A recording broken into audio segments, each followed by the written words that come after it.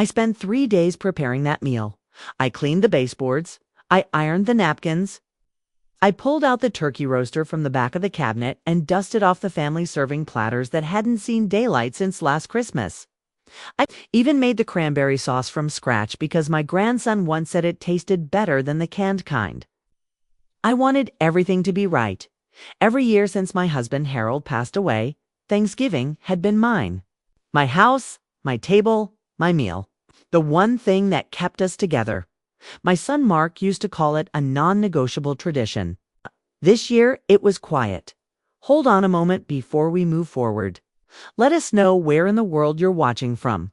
And if you're loving these stories, don't forget to hit subscribe. Tomorrow's episode is going to be absolutely mind-blowing.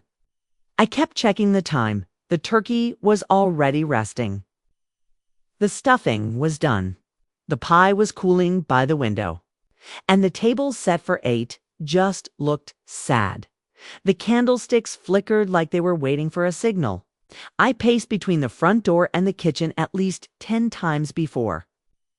I finally called Mark. He answered on the 3rd ring. "Hey, Mom," he said. His voice sounded strange. Like he'd just woken up, but it was already 4:15 p.m. "Where are you?" "Everything's ready," I said, still hopeful, still thinking maybe they were just running late. There was a pause. "Yeah, about that," Mark muttered. "We're not coming this year." The words didn't make sense at first. Stood. They're holding the phone, blinking. "You're not." "What do you mean?" "I thought Janelle thought it'd be good to do something different," he cut in. "Something low stress. The kids are exhausted, and honestly, we needed a break. A break from me." I asked. No, from the whole routine, you know. The cooking, the travel, the cleaning up. It's just a lot. I looked around at the spotless dining room, the food that had taken me days to prepare, and said nothing. "We'll swing by tomorrow, maybe. The kids aren't too tired," he added, like that was some kind of consolation. I nodded, even though he couldn't see me. "Okay, sure. Tomorrow?" He hung up after a quick "love you," and that was it. I sat down at the table alone. Made a plate anyway, out of habit. Turkey, stuffing, cranberry, sweet potatoes. Everything's still warm. I tried to eat, but every bite got stuck in my throat. By 6 p.m., I was just cleaning up quietly. I wrapped every leftover in foil. I labeled the containers. I put the extra pie in the freezer. Okay? Then I sat on the couch, turned on the TV, and tried to forget how empty the house felt. Around 9 p.m., I opened my laptop to check my emails. That's when I saw it. A photo. Mark had tagged his wife Janelle in a picture posted on Facebook. The caption read, "Thanksgiving at sea finally making new traditions." My heart dropped. There they were, on a cruise ship, all dressed, in tropical colors. The kids were holding plates filled with shrimp and sparkling cider. Janelle had on sunglasses and a sun hat. Mark looked relaxed, smiling like he hadn't in months. Behind them was a buffet table decorated with pumpkins and fake leaves. I read the caption again. Then I zoomed in. The wine glasses on their table had the cruise line logo. I stared at the screen until my eyes burned. Then I clicked to view more of their photos. They were posted in real time. Mark playing shuffleboard with the kids, Janelle getting a massage, a selfie of the two of them, clinking drinks in the adult-only section of the ship. They were having Thanksgiving on a boat, and they never told me. I closed the laptop slowly. I stood up, went to the kitchen, and opened the drawer where I kept my checkbook. Right on top of the drawer was a credit card statement I hadn't looked at yet. The bill was high last month, but I assumed it was because of the grocery store and the pharmacy. Now I wasn't so sure. I logged into my online banking and clicked into the most recent charges. My hands started to shake. 2 tickets for Ocean Way Cruises, purchased 2 months ago. Then a spa package. It's an excursion to Cozumel. Charges from the cruise line gift shop. All of it billed to my card. They used my money. I sat there staring at the screen, frozen. Every click revealed another betrayal. DINING package. Kids Club enrollment, VIP boarding. Travel insurance. All under my name. Some were small, but they added up. And none of them had been authorized. They hadn't just left me behind. They'd taken my kindness, my support, my trust, and they'd used it to fund a vacation without me. I felt a knot rise in my throat so sharp it made me stand up and walk away from the computer. I grabbed my coat and walked outside into the cold, not even caring that I was still wearing my slippers. The air was sharp. It helped. The neighborhood was quiet. Most houses had cars in the driveways, lights on inside, full tables. Laughter, mine, didn't. I stood on my porch and stared out at the empty street, trying to make sense of what just happened. My own son had taken the holiday I cherished most and turned it into a secret getaway, using my finances to fund it, without saying a word, not a word. And I knew right then, I wasn't going to cry over this. Not this time, because this wasn't about being left out of Thanksgiving. It was about being erased. They'd made their choice. They left me at an empty table with cold food and broken trust. And they thought they could sail away, live it up, and come back like nothing happened. But they didn't know me. They forgot who I was before I became just grandma. They forgot who paid for the things they now take for granted. They forgot that silence isn't weakness. So I let them sail, and I made a quiet promise to myself that, Kita, when they came back, they'd come back to nothing. I didn't sleep that night. Not because I was crying. I didn't shed a single tear. I just couldn't stop thinking. My head kept spinning, trying to understand how far it had gone. The lies, the manipulation, the sheer nerve. And the more I replayed the call with Mark in my mind, the more it all started to click. It wasn't last minute. It wasn't some spontaneous break from the routine. They'd been planning this for months. I sat at the kitchen table until sunrise, staring at the credit card statement printed beside my mug. It was all there. Ocean Way Cruises, Spa World, the Kid Zone, travel insurance. It was all under my name. And not one of them had even the decency to warn me they wouldn't be showing up. They just disappeared by 8 a.m. I was dressed and driving to the bank. The branch manager, Darlene, had known me for years. She'd seen me go from a newlywed to a widow to a grandmother. She used to compliment Harold's Christmas ties when we came in together to set up CDs and savings accounts. So when I sat down across from her desk and handed her my last 2 months of statements, her eyes widened. That's a lot of cruise charges. She said carefully, I didn't make any of them, I said. She hesitated. The account is joint. With your son, right, Mark Heller? I nodded. He used to help me set up online bill pay. I didn't think he'd do something like this. Darlene pursed her lips. Technically, since he's a cajuser, the purchases don't qualify as unauthorized. But that doesn't mean there's nothing we can do. She offered to freeze the card. I agreed immediately. She also helped me open a new individual account separate from the one Mark had access to. She walked me through how to set up my own online banking, something I should have done years ago, and gave me a list of recent transactions to review. More closely, I left the bank with a heavy manila envelope full of printouts. It's a new debit card and a sinking feeling in my stomach. I felt like a fool. All this time, I thought I was being helpful. I thought I was supporting Mark and Janelle so they wouldn't drown in bills. But they weren't drowning. They were sailing. I went home and opened my filing cabinet in the hallway. I pulled out the folder marked family and started going through everything: old check receipts, home loan documents, my husband's life insurance policy, the paperwork for the college fund I'd opened for my grandkids 10 years ago. That fund. I nearly emptied it last spring to help Mark and Janelle cover the down payment on their new house. The one they said was too much for them to afford on their own. They promised it was temporary. I called my lawyer that afternoon. His name's Henry Dawson. He's about my age, retired twice, but still takes cases for longtime clients. Picked up on the first ring. Lorraine, he said, I was just about to call you for a holiday check-in. Let's skip the small talk, I said. I need to know exactly what Mark has access to. And I need to know how to take it back. There was a pause. Something happened? Yes, I said. They left me sitting at a table with 8 chairs and no family. They went on a cruise I paid for, and I didn't even know I'd bought the tickets. I want to fix it. Henry sighed. Okay, come in tomorrow. Bring all your bank info, credit cards, anything you've signed with him or Janelle. We'll go from there. I hung up and started sorting.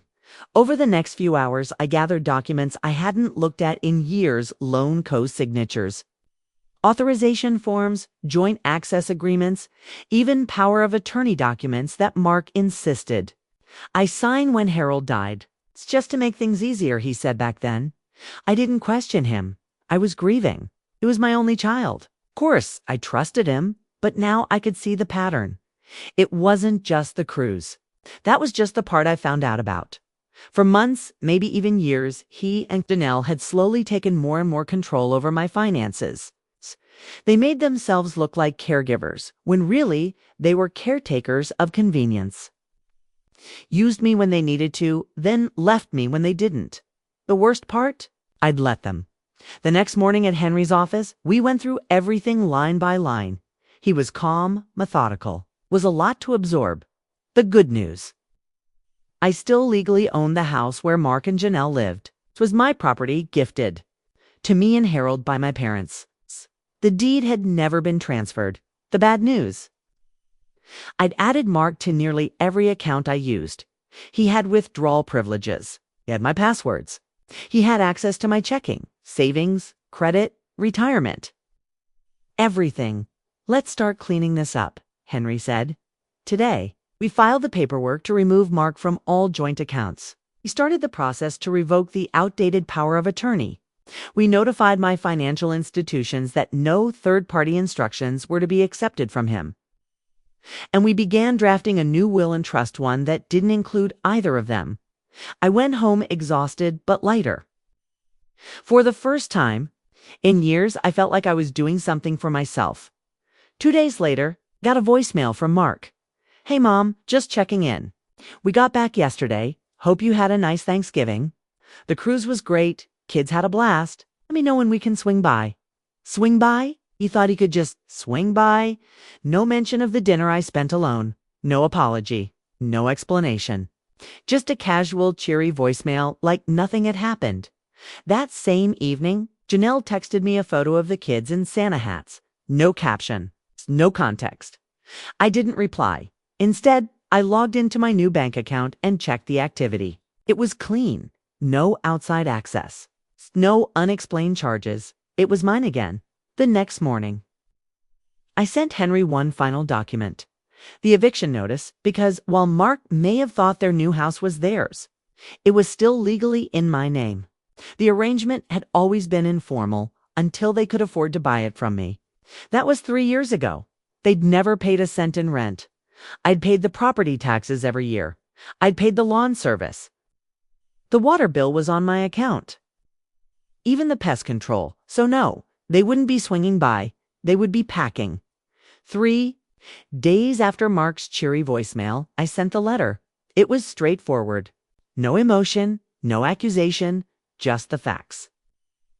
It was a formal notice to vacate the property at 218 Bloomridge Drive. Delivered by certified mail and scanned for record keeping by Henry's assistant. The house legally belonged to me. I had every right. The letter gave them 30 days to leave. I didn't hear anything for 5. Not a text, not a call, not even a passive-aggressive email from Janelle, which surprised me more than anything. That woman could write a guilt trip faster than most people could boil water. I almost wondered if they hadn't received it. But then on the 6th day, my phone rang while I was sweeping the back porch. It was Mark. I didn't answer. He left a voicemail. His voice wasn't chipper anymore. Mom, I'm not sure what that letter was about, but we need to talk. I mean, come on. This is unnecessary. We just got back from vacation and the kids are still adjusting. Please call me. Unnecessary. That word sat in my head like a stone. Was it unnecessary to cut me out of Thanksgiving? Was it unnecessary to spend thousands of dollars of my money on a vacation I was never told about? Was it unnecessary to fake concern for years while quietly emptying my accounts? The next morning, I got a call from an unknown number. I let it go to voicemail. Janelle. Her voice was sharper than Mark's. Less confused, more rehearsed. Lorraine. I don't know what kind of stunt this is, but threatening to evict your own family is a level I never thought you'd stoop to. After everything we've done for you, after all the times we made sure you weren't alone, you're just going to kick your grandchildren out of their home. Over what? A misunderstanding. I saved the voicemail. That afternoon, I met Henry again. We reviewed the paperwork line by line, double-checked all legal protocols, and confirmed that I was in complete control of the property. I wasn't violating any laws. I wasn't breaching any contracts. And where were no leases? No verbal agreements that could hold up in court. Everything had been under my name since 1984. Henry looked across the desk. Are you ready for what comes next? I'm more than ready, I said. I wasn't angry anymore. I wasn't sad either. I was just done. That same evening, I received an email from Mark. He titled it, "This Has Gone Too Far." He laid out all the reasons why what I was doing was cruel and emotionally destabilizing for the children. He said I was acting out of character and suggested I talk to someone. The email was long over 1,000 words, and not once did he apologize at the bottom.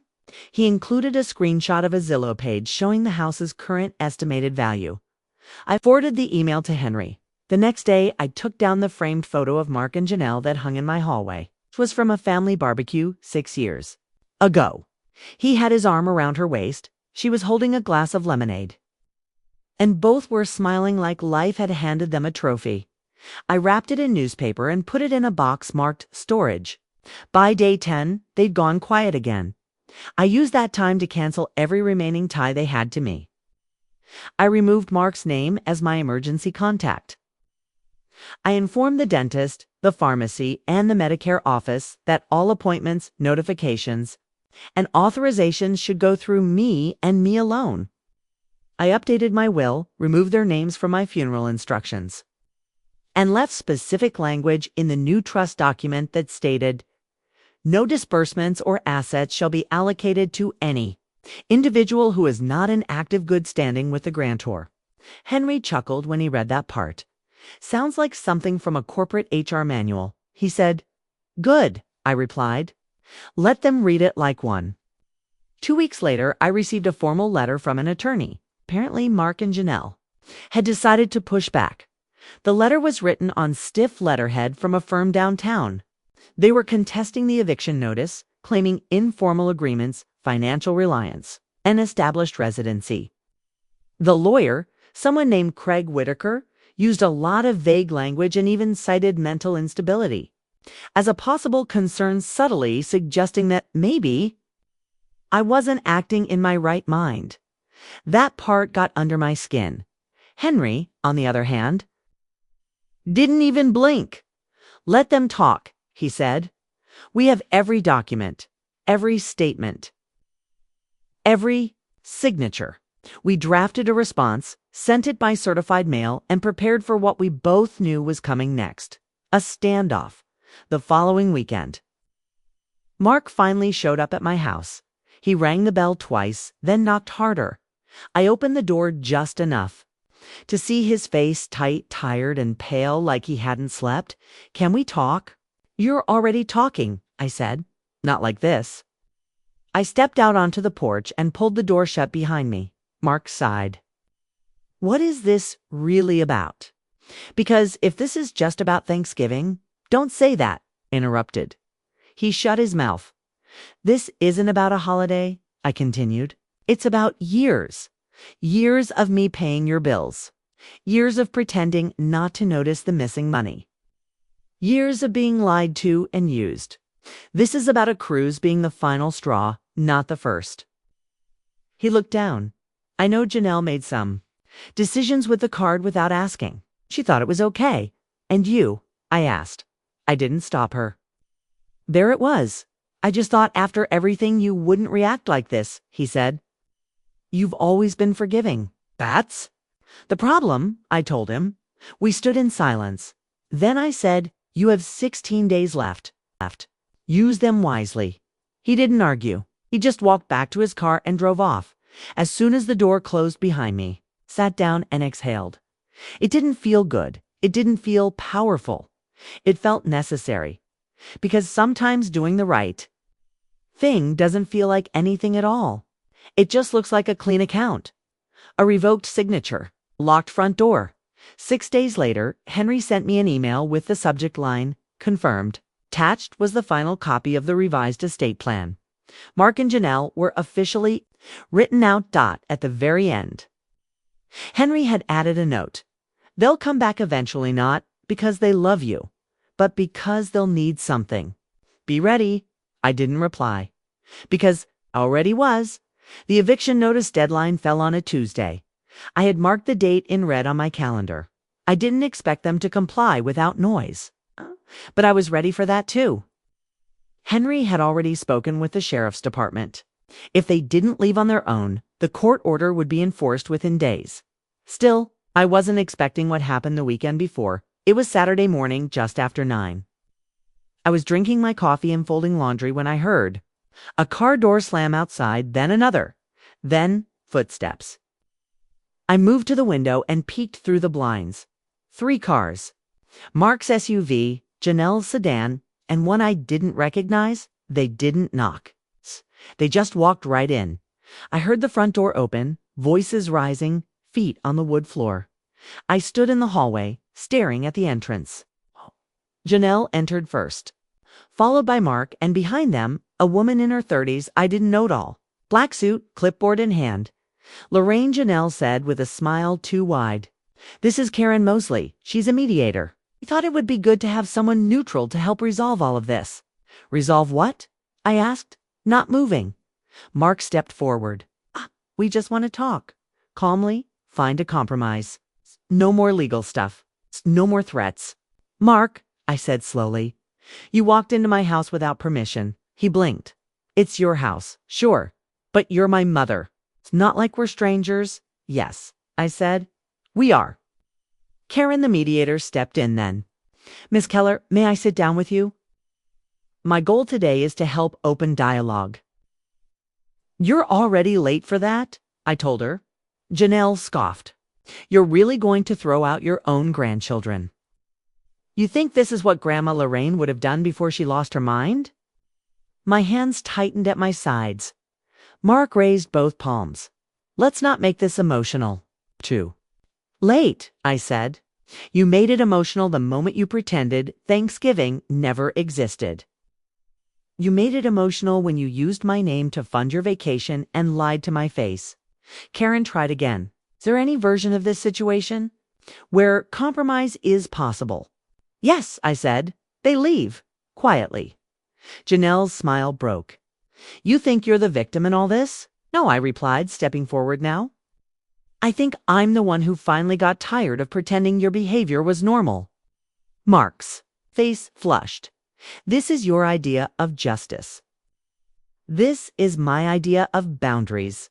They didn't stay long after that. Karen tried to intervene once more, suggesting we pause for reflection. I told them they had until Tuesday. Then I called Henry and let him know what happened. He was furious not just about the unannounced confrontation, but about the implication that I might be mentally unfit. He told me to document everything, so I wrote it all down, detail by detail, that night. I slept with the alarm on for the first time in years by Monday. There was still no sign that they were packing. At 7:30 Tuesday morning, I got a text from Mark. We'll be out by 2. You got what you wanted. I didn't reply at 2:15. I drove past the house. Their SUV was packed. Janelle was carrying bags to the car, red-faced and pacing fast. Mark was yelling at someone on the phone standing in the yard. I didn't slow down. I didn't wave. By 5 p.m., the keys had been dropped off at Henry's office. The house was mine again. That weekend, I walked through it for the first time in almost 2 years. It was empty, echoing with nothing but footsteps and air. I turned on the lights in each room. The fridge was unplugged. The kitchen counter still had a pink sticky note that said, "Buy more oat milk." The kids' rooms were bare. In the master bedroom, A framed print of some generic quote was left hanging on the wall. Family is where life begins and love never ends. I took it down and leaned it against the baseboard. It was quiet, and then I exhaled. I wasn't happy, but I was calm. And that felt close enough. The following Thursday, Henry came by to check on a few things. We sat at the kitchen table while he reviewed the lock change receipts and utility account transfers. He looked around, then asked, "Do you want to rent it out?" Eventually, I said. "Right now, I just want it empty. I need a little silence." He nodded. "You've earned it." When he left, I sat in the living room and looked at the empty mantel. There had once been family photos there. Graduation pictures, a wedding portrait, the grandkids in Halloween costumes. Most of them had already been removed by Janelle. I hadn't even thought to ask for copies. I stood up, walked over to the fireplace, and dusted off the ledge with a cloth dot. It didn't need photos anymore. 3 days later, Mark texted again. "We need to talk." I blocked the number. Then Janelle emailed. She didn't even bother with pleasantries. "You win. Are you happy? The kids are confused and hurt. Do you sleep better now?" I archived the message without reading the rest. Then came the kicker. A letter in the mail, handwritten, from my 12-year-old granddaughter. "Ava," it said, "Dear Grandma, why don't you love us anymore?" I held it in my hands for a long time. It wasn't Ava's fault. She didn't know. But I wasn't going to let them use her to pull me back in. I wrote a short reply. "Dear Ava, I love you. I always have. I always will. Sometimes grown-ups make mistakes, and those mistakes have consequences. You didn't do anything wrong. I hope one day we can talk about it face to face. Love, Grandma Lorraine." I mailed it the next day. That night, I sat at my dining table, the same one I'd set for Thanksgiving just weeks before, made myself dinner. 1 plate, 1 glass, no centerpiece dot, and for the first time in a long time, I ate every bite. December came fast after the move-out. The first week of the month, my house was still filled with quiet. The decorations stayed in the attic. I didn't put up the tree or the wreath. I didn't unpack the ceramic reindeer Harold bought 20 years ago. I didn't see the point. Christmas had always been about the family gathering. The noise, the card games, the mashed potatoes the kids never ate. Without any of that, it just felt like noise I didn't need anymore. I told myself it was temporary. But by the second week of December, the calls started again. Not from Mark, from other people. Janelle's sister, someone I hadn't heard from in years, messaged me on Facebook. "Hey Lorraine, I don't want to get involved, but Mark and Janelle are really struggling. Maybe it's time to put this behind everyone." Deleted it without replying. Then a woman from my church approached me after service. "Lorraine, I don't mean to pry," she said gently, "but I heard Mark's family was going through something. I hope you're okay." That was how I found out they were talking. Not to me, but about me. Janelle had been telling people I had turned cold, that I was confused, and that Mark had sacrificed so much to help me manage after. Harold died. I stood there in the church lobby, listening to rumors about my own life from someone who'd only heard half the story. I didn't defend myself. I didn't explain. I just smiled and said, "I'm doing fine." 'Cause I was. That week, I got a holiday card in the mail. It was handmade glitter, snowflakes. It's a crooked little tree drawn in marker. It was from Ava Dot inside. It said, "Merry Christmas, Grandma. We miss you." No return address. I placed the card on the mantel, not to make a statement, not to pretend things were fine, just because it reminded me that not everyone in that family had chosen this path. Ava was still a child. I didn't blame her. What came next, though, was different. On December 17th, Mark showed up at my house again. He didn't call first. He just parked in front of my driveway and stood outside, holding something in his hands. I watched from the front window for a few minutes. He wasn't yelling or pacing. He was just standing there. So I opened the door. He held out an envelope. "It's a letter," he said, "from me." I didn't take it. "Say what you need to say here." He shifted his weight. "I made a lot of mistakes. I know that now. And I know saying sorry doesn't fix it. But I want to start fixing it. Janelle, she's not taking this well. The kids keep asking questions. I'm trying to hold it all together, and now you want me to hold it too? I asked. No, I just want a path forward. A way to earn your trust back. Trust isn't a transaction, I told him. You can't file a request and get approval? He nodded. Can we come for Christmas? No, I said. New Year's. I didn't respond. He finally lowered the envelope to his side. You don't have to forgive us today. I just wanted to say I know what we did, and I know why you did what you did. I waited a few seconds, then said, you need to focus on your own family now. I am, he said. That's why I'm here. I closed the door, not hard, not with anger, just firmly. The envelope was left on the mat. I picked it up, brought it inside, and placed it on the kitchen counter. I didn't open it. That night, I made cocoa and sat in my living room, the house. Dim, quiet. The heater rattled softly in the walls. Outside, the street was covered in frost. Somewhere nearby, a neighbor had put up colored lights, blinking slow and steady.